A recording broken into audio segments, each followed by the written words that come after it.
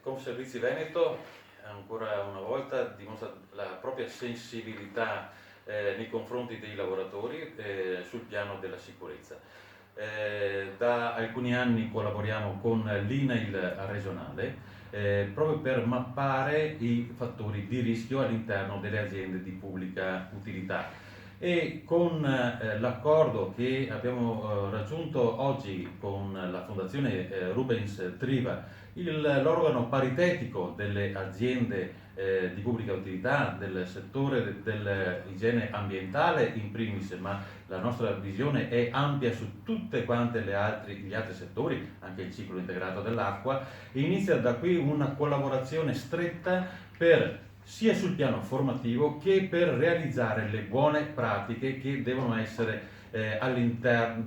attivate all'interno delle aziende pubbliche. E proprio perché le aziende sono a maggioranza di capitale pubblico, maggiore deve essere la sensibilità verso i lavoratori e affinché all'interno di queste aziende si possa lavorare in sicurezza, perché la sicurezza ben fatta è un costo sociale in meno che paga la collettività, ed è un costo che ben viene assorbito all'interno delle aziende pubbliche perché hanno la loro sensibilità nei confronti dei loro lavoratori, che sono i nostri cittadini e che noi rappresentiamo.